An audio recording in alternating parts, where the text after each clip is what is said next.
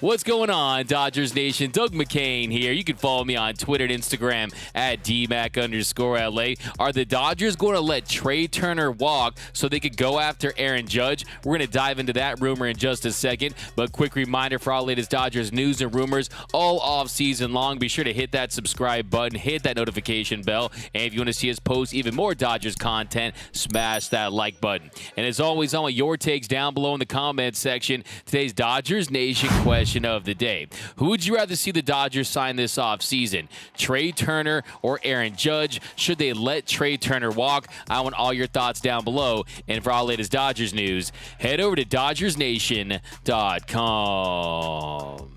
So I was hoping to not have to dive into Dodgers rumors until November. My expectations were that I wouldn't need to break out the Dodgers rumor meter until sometime after Halloween, but we are here now. The season is over, but the good thing is there's going to be a lot to talk about this offseason. The Dodgers have a lot of players coming off the books. They're going to have financial flexibility to make some big moves. The Dodgers only have 4 players committed beyond next season: Freddie Freeman, Mookie Betts, Chris Taylor, and Austin Barnes. And then on top of that, they're most likely going to non-tender Cody Bellinger. Will they pick up Justin Turner's $16 million club option? I think that is a big question at this point. But the bottom line is the Dodgers are going to have money to spend. And the big question is, will they use it to re-sign Trea Turner, or will they explore signing some of the other big marquee free agents available? The Aaron Judges, the Carlos Correas, the Xander Bogaerts, the Jacob deGroms. If they're hell-bent on signing a top-tier shortstop, Dansby Swanson is the name that they could go after. But today we're going to focus on Trea Turner and Aaron Judge, because yesterday MLB.com's Mark Feinsand, he dropped a piece where he listed 8 possible landing spots where Trea Turner could sign, and he had this very interesting nugget in his piece. He wrote, "If Turner is open to remaining on the West Coast, the Dodgers would certainly make sense after he played the past year and a half in Los Angeles. That said, there has been a lot of talk that the Dodgers are prepared to let Turner walk in order to make a big play for Judge, a scenario that could take the NL West champions out of play for the shortstop." So first things first, let's break out that Dodgers rumor meter. And for this rumor that has the Dodgers letting Trea Turner walk so they can go after Aaron Judge, I'm going to give this one a 2 Dodger dogs. People are just talking at this point, but I do think that after what we saw in the postseason, where on the surface it appeared that Trea Turner had an excellent NLDS, an 11-11 OPS, he hit .333, had those 2 home runs,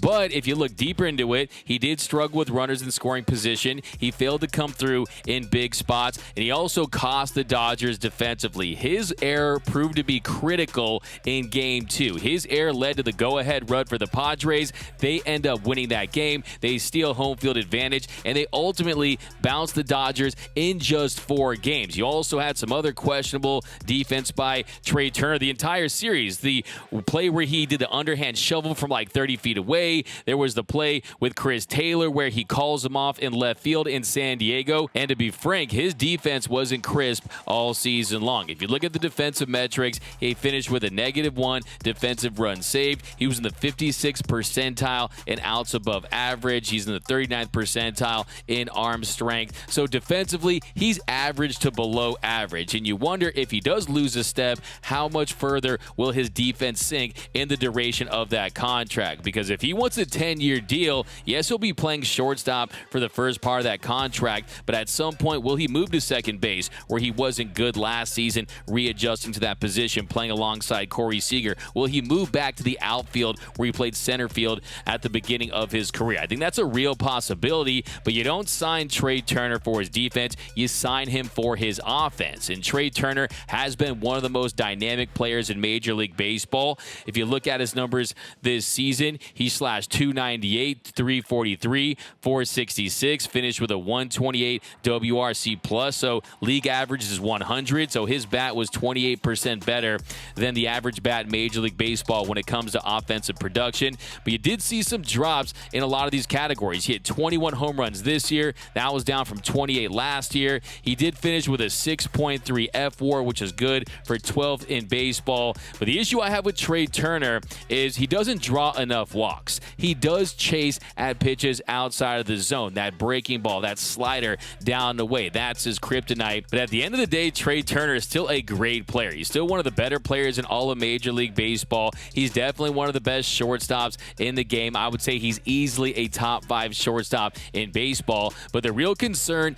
is when he does lose a step. He does have that elite speed. We know that about Trea Turner, but he also leads Major League Baseball in infield hits since 2017. And when those infield hits start to drop, then you're going to start to see the batting average drop, and that's going to impact his overall numbers. And if you look at one category that was a little concerning this year for Trea Turner was his drop in slug. He slugged .466 this season, which was his lowest mark in that category since 2018. And with the Dodgers last year, he slugged .565. So that's what makes Trea Turner an elite shortstop, is the fact that he can hit for average, and for a shortstop, he can hit for power. He can hit doubles. He can hit home runs, but those numbers were on the decline last season. Yes, maybe he was pressing because he was in a contract year, and the reality is he still put together a really nice season, and a team is going to pay him a lot of money. And look, despite what Trea Turner says, I do believe that he does want to sign with a team on the East Coast. Yes, it makes sense for him financially when it comes to a leverage standpoint to say, hey, you're open to signing anywhere. But let's not forget that those rumors were reported by multiple insiders throughout the years, and I do think the Philadelphia Phillies are a legitimate team for Trea Turner. I do think he's buddies with Bryce Harper. We know how much success he had in the NL East. He's comfortable in that division. And then how about the Baltimore Orioles? That's a team that no one's really talking about for Trea Turner, but the O's have just $9 million committed next season. There were some talks last year that they offered Carlos Correa a contract worth almost $300 million.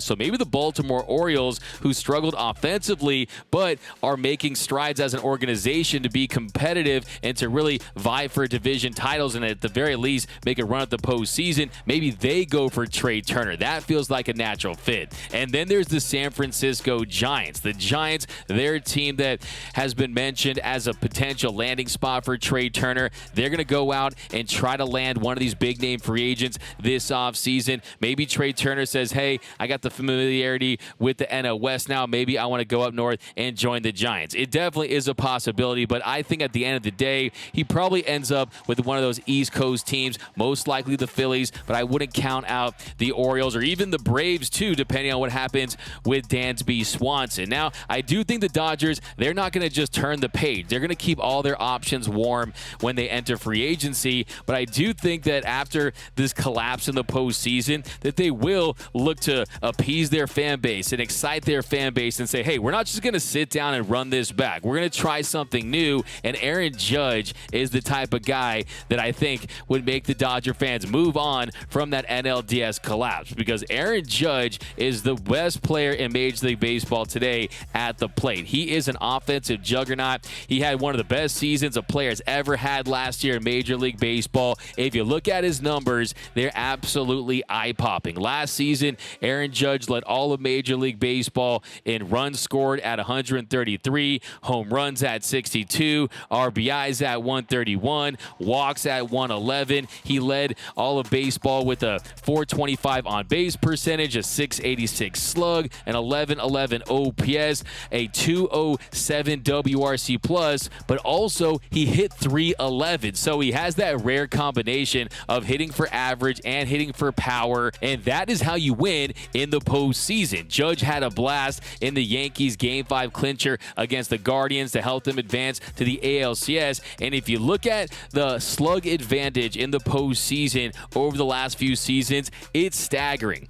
The team that's out-homered their opponent in the last 6 postseasons, in 2016, they had a 27-1 record. In 2017, they went 23-8. In 2018, 19-4. 2019, 27-6. 2020, 35-5. And 2021, 25-2. So the Dodgers, they need more slug. They need more home runs. They didn't get enough of that in the NLDS versus the Padres, and we know that Aaron Judge can do that at a prolific rate. The only question is, would Aaron Judge want to sign with the Dodgers? Because a lot of people people think that the New York Yankees, the New York Mets, or even the Giants are the front runners for Aaron Judge. Well, if you're Judge, I think it's going to come down to which team wants you the most, which team is going to pay you the most money. And yes, I would give the edge to the Yankees, but let's say the Yankees go on to win the World Series this season. Are they going to be as aggressive to retain Judge? Now, they offered him that $234.5 million extension before the season began, and they were very public about the fact they had offered him that big contract, and Aaron Judge wasn't very happy about that fact. But look, the reality now is he's going to be worth north of $300+ million, maybe even $350 million, because this guy is an absolute beast at the plate. And yes, he is 30 years old, and he'll turn 31 in April of next season. And for the most part, I would say, yeah, maybe a contract like that doesn't age well towards the end. Yes, maybe you are paying for 4 or 5 years of that decline. But one, you do have the DH in the National League now, so you have that flexibility. And then two, this organization, they need to win a World Series as soon as possible. And Aaron Judge is a player that can help the Dodgers win next year. The Dodgers have to treat every season now like World Series or bust times 1,000. And the truth is, to fully legitimize this run that the Dodgers have been on for the last decade, they have to win a full 162-game regular season plus the postseason. I'm not saying that the 2020 World Series wasn't legitimate, because it absolutely was, but I'm just saying that the perception out there right now among fans, among other organizations, among people around baseball, is that the Dodgers can't win a full 162-game regular season plus postseason, and the only way to change that is to win next year. And Aaron Judge can help the Dodgers do that more than Trea Turner can next season. Yes, that will leave a glaring hole at shortstop, and I think most likely you'll see Gavin Lux slide over to his natural position at short, and who knows what they do in the outfield, because Cody Bellinger is most likely gone. But you have Mookie Betts, who can also play center field. He can also play second base in a pinch if you want to try that out and explore that, or you can allow Aaron Judge to DH. So the Dodgers, they need more production from their outfield spots, and if you offered me the option of Aaron Judge plus Gavin Lux at short versus Gavin Lux at second and Trea Turner at short and no Aaron Judge, I think everyone is taking Aaron Judge every single time and twice on Sunday. So it's very interesting to consider him in Dodger blue, and I think the big thing now is how much money the Dodgers are willing to throw at him, because if they want to make him an offer he can't refuse,